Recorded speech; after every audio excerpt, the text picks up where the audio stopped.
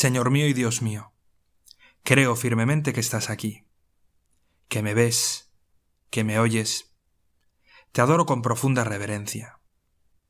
Te pido perdón de mis pecados y gracia para hacer con fruto este rato de oración.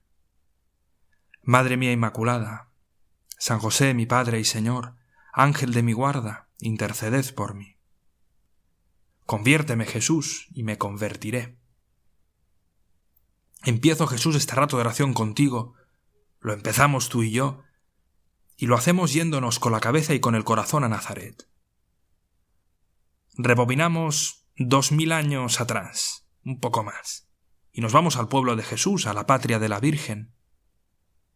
9 meses antes, más o menos, de tu nacimiento, Señor. Quizás a primera vista sus habitantes me parecerían irrelevantes, cada quien con su historia. Me pongo a pasear por sus calles y a fisgonear un poco en las conversaciones, y así entre confidencias de vecinos, charlas de mercado, dimes y diretes, logro captar algún detalle de un tal José, hijo de Jacob. José, un hombre de carne y hueso, uno más de ese puñado de hombres y mujeres de Nazaret. Me entero de que José es carpintero. Por lo que cuentan, trabaja bien y trabaja duro. Es un hombre joven. Alguno comenta que es un tipo íntegro, un tipo honrado, un tipo honesto, un tipo justo. Uno de esos de los que te puedes fiar. Uno de estos que no vive solo con los ojos pegados a la tierra. Pero al mismo tiempo, añade otro, un tipo normal. Si lograra preguntar, Jesús, seguramente podría averiguar que este tal José procede de una estirpe que se remonta hasta el rey David. Un linaje lleno de luces y de sombras. Una genealogía con hombres grandiosos y otros que no lo han sido tanto. Y averiguo dónde vive y voy a esperarle por allí, como quien no quiere la cosa. Alguno ha añadido que en pocos meses él, José, y María, la hija de Ana y Joaquín, van a estar ya casados, que de hecho ya están desposados. No resisto la tentación y me acerco esa misma tarde a su casa. Y le veo llegar. Sí, es un tipo normal, joven, y me fijo en que llega preocupado. Por su rostro cruzan las sombras. Su mirada es pesada, triste. Y no es solo cansancio, es algo más. Hay algo que le pesa a este hombre, y yo no sé qué es. Cierra la puerta tras de sí, y poco a poco cae la noche. Qué poco podríamos sospechar, Señor, lo que José llevaba en el corazón en ese momento. Si no fuera porque los evangelios nos lo cuentan. José se ha enterado de que María, la hija de Joaquín y Ana, su prometida, está embarazada. Y él sabe que el niño no es suyo. ¿Se lo habrá dicho directamente ella? ¿Lo habrá advertido él? ¿Habrán hablado? Qué duro debió de ser para José. Él había hecho sus planes. Él estaba convencido de que aquella era la mujer de su vida. Y de repente todo parecía desmoronarse. Él podía usar el derecho que la ley le concedía y denunciarla. Podía hacerlo. Pero José sabía lo que sucedería. Sabía el precio que María tendría que pagar.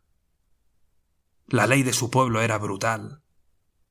Él, José, podía decir de memoria los versículos de la ley que preveían la sanción contra las adúlteras. Y no quería ni imaginárselo. Quizás él intuía que algo había sucedido, algo que él no llegaba a comprender. Que ella sencillamente le hubiera traicionado, que ella hubiera podido, es que no le cabía en la cabeza. Y entonces José piensa en repudiarla en privado. Esa era una buena solución. No la iba a exponer en público. Incluso en el improbable caso, y le parecía a José de verdad cada vez más improbable, de que María hubiera sido frágil, pues José piensa que todos los hombres son frágiles, que él también lo ha sido. Y eso no justifica nada, claro que no. Lo que está bien, y lo que está mal. Pero para poder levantarse, para poder cambiar el rumbo y convertirse, uno necesita por lo menos seguir vivo. Y él no quiere juzgar. Prefiere dejar el juicio en las manos de Dios.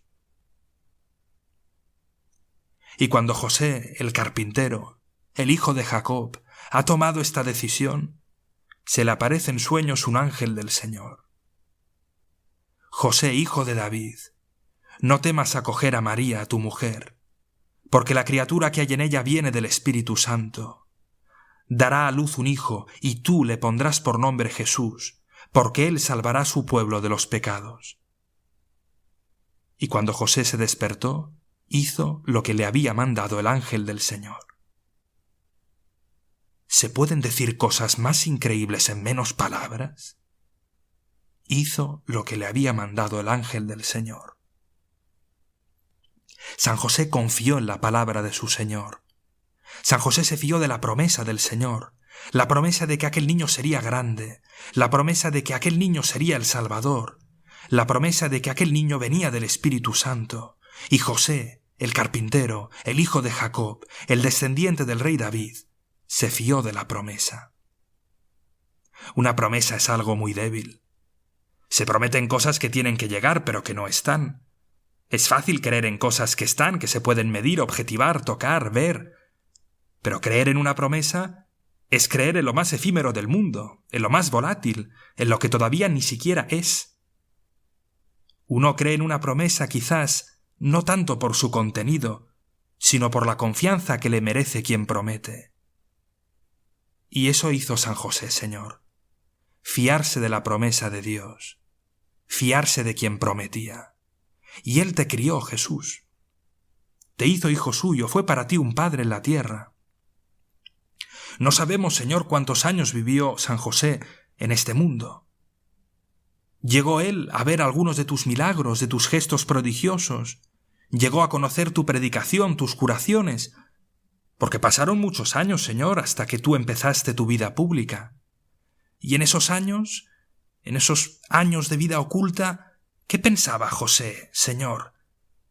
Quizás te veía tan normal, tan niño cuando eras niño, tan adolescente cuando eras adolescente, durmiendo cuando tenías sueño, cansado cuando las fuerzas físicas te vencían, aprendiendo el arte de la carpintería que él te iba enseñando. Quizás José veía como sus propios gestos, sus propias muletillas, sus chistes se te pegaban a ti, Jesús.